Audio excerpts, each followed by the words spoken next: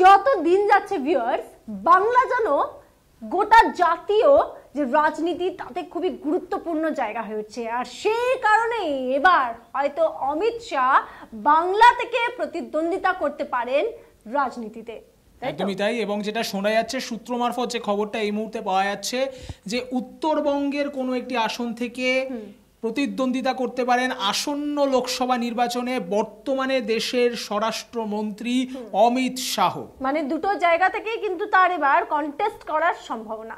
এবং বিবেক, একটা জিনিস বুঝতে পারছো, দিন যত যাচ্ছে বাংলা কিন্তু গুরুত্বপূর্ণ হয়ে উঠছে। একদিকে রাহুল গান্ধী আসলেন, তার এই যাত্রার মাধ্যমে তিনি কি বলে গেলেন, বাংলাই পথ দেখায়, বাঙালিরাই পথ দেখায়, একেবারে সরাসরি বললেন। এবার অমিত শাহ, এই যে অমিত শাহ যে সিদ্ধান্তটা নিয়েছেন এটা খুবই তাৎপর্যপূর্ণ না, যে বাংলা থেকে উনি কন্টেস্ট করবেন। দেখো এই মুহূর্তে যে খবর পাওয়া যাচ্ছে তাতে কিন্তু এরকমই শোনা যাচ্ছে যে অমিত শাহ বাংলা থেকে কন্টেস্ট করবেন। এবং সাম্প্রতিক সময়ে যদি তুমি দেখো যে অমিত শাহের বারংবার বঙ্গ সফর, যদিও শেষের যে সফরটার কথা ছিল সেটা কোনো একটি কারণে বাতিল হয়েছে, কিন্তু পর তিনি বাংলায় এসেছেন, বাংলা নিয়ে কিন্তু বিশেষভাবে মাথা ঘামিয়েছেন। তোমার মনে আছে যে 25শে ডিসেম্বরের পরপরই তিনি কিন্তু কলকাতাতে হাজির হয়েছিলেন, রীতিমতো দুদিন ম্যারাথন বৈঠক করেছেন, এমনকি 35খানা সিটও বেঁধে দিয়েছেন, একদম লক্ষ্যমাত্রা বেঁধে দিয়েছেন। 35খানা, শুধু 35খানা সিট নয়, রীতিমতো আইটি সেলের মাথায় এনে বসিয়েছেন তার একেবারে অনুগত এবং তুরুপের তাস আরেক অমিতকে। একদম আরেক অমিতকে, যেমন বললো বিবেক, আর তখনই কিন্তু বোঝা যাচ্ছিল যে গুরুত্ব বাড়ছে, বাংলার গুরুত্ব বেড়েই চলেছে।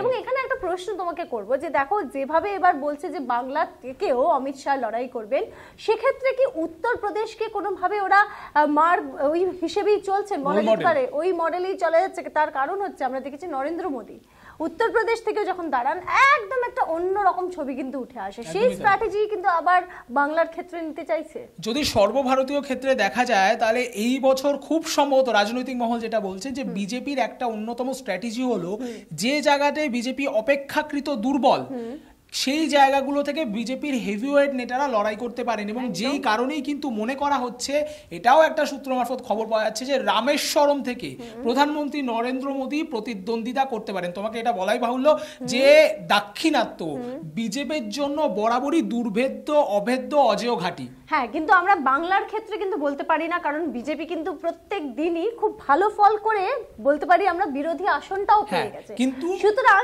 এখন বাংলার দিকে ভীষণভাবে নজর রয়েছে বিজেপির, কারণ তারা চাইছেন যেভাবে আসন বেড়েছে এখানে, যেভাবে বাংলায় যেভাবে শুভেন্দু অধিকারী বিরোধী দল হিসেবে বা বিরোধী মুখ হিসেবে যথেষ্ট এখন কিন্তু সেই জায়গায় রয়েছে। কারণ আমরা আগে কি জানতাম, মমতা বন্দ্যোপাধ্যায় ভার্সেস সিপিএম, কিন্তু এখন কিন্তু বিরোধী আসনের পুরো এই যে লাইমলাইটটা কেড়ে নিয়েছে বিজেপি। একদমই তাই। এবং এবং এবং গত যে বিধানসভা নির্বাচন তাতে বলেছিল আপকিবার 200 পার, এরকমই একটা কথা বলেছিল বা অনেকেরই মনে হয়েছিল এবার বিজেপি সরকার হচ্ছেই। সেই জায়গায় দাঁড়িয়ে সমস্ত হিসেব পাল্টে গেল। রাজনীতিতে সবকিছু সম্ভব, শ্বেতা, হিসেব পাল্টে গেল, তবে আশা কিন্তু কোনোভাবে বিজেপি ছাড়ছে না। বাংলাকে ভীষণই ভাবে গুরুত্ব কিন্তু এই মুহূর্তে বিজেপি দিচ্ছে, কংগ্রেস দিচ্ছে। একদিকে দেখুন যে কংগ্রেসের পক্ষ থেকে এখনো পর্যন্ত মরিয়া চেষ্টা চলছে যে মমতা বন্দ্যোপাধ্যায়কে বুঝিয়ে যাতে জোটটাকে আবার সফল করা যায়। একদমই তাই। এবং অদ্ভুতভাবে মমতা ব্যানার্জি কিন্তু, যিনি এই জোটের অন্যতম কাণ্ডারি, এই ইন্ডিয়া নামকরণ বলো বা যাবতীয় ব্যাপারে মমতা ব্যানার্জির মস্তিষ্কই কাজ করছে এতদিন ধরে আমরা জানতাম, তিনি কিনা কোনোভাবে রাহুল গান্ধী বা আরো বলা ভালো কংগ্রেসের সঙ্গে আর জোটে যেতে চাচ্ছেন না। সেটাই। এবং এই জোটের ক্ষেত্রেও যদি আমরা কথা বলি তাহলে দেখো বাংলা এই মুহূর্তে কত বড় একটা ফ্যাক্টর বোঝাই যাচ্ছে। মানে জোট সফল হবে নাকি অসফল হবে সেটাও এই মুহূর্তে কিন্তু বাংলাই সিদ্ধান্ত নিতে পারে। সুতরাং বাংলাকে গুরুত্ব দেওয়ার তো কারণ রয়েছেই, সেই কারণেই রাহুল গান্ধী কালকে কি বলেছেন চলুন একবার শুনে নি। बंगाल एक स्पेशल जगह है, ये आम जगह नहीं है। जब अंग्रेजों के खिलाफ लड़ाई हो रही थी तो आइडियोलॉजिकल काम, अंग्रेजों से लड़ने का जो आइडियोलॉजिकल काम था वो आप बंगाली लोगों ने किया था। ये आप मत भूलिए। मतलब आप इंटेलेक्चुअल लोग हो, आप सोचने वाले लोग हो, आप एक दूसरे के साथ मिलके चलने वाले लोग हो और आपकी जिम्मेदारी बनती है।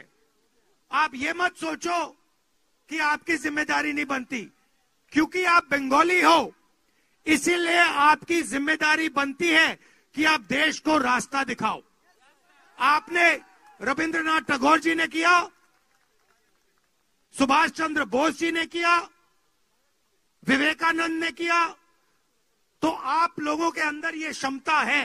শুনলেন কতটা গুরুত্বপূর্ণ যে রাহুল গান্ধী স্বয়ং বলছেন যে বাংলায় পথ দেখায়, বাংলার ইতিহাসকে টেনে রীতিমতো একটা খেলা কোথাও পলিটিক্যাল কিন্তু রাহুল গান্ধী খেলে বিহারের দিকে এগিয়ে নিয়ে গেলেন। একদমই তাই। এবং আবার তিনি কিন্তু ঘুরে আবারও পশ্চিমবঙ্গে আসছেন, এরপর মুর্শিদাবাদ তার লক্ষ্য।